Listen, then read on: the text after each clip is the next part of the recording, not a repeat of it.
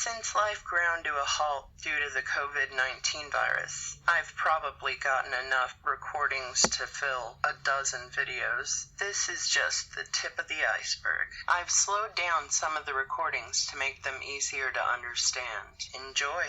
Is there anything I could have done differently so I wouldn't be targeted?